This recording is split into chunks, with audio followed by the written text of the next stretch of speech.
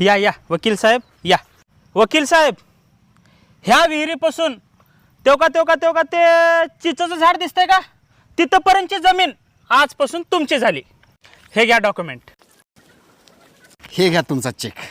Okay वकील साहेब, thank you. येतो मी.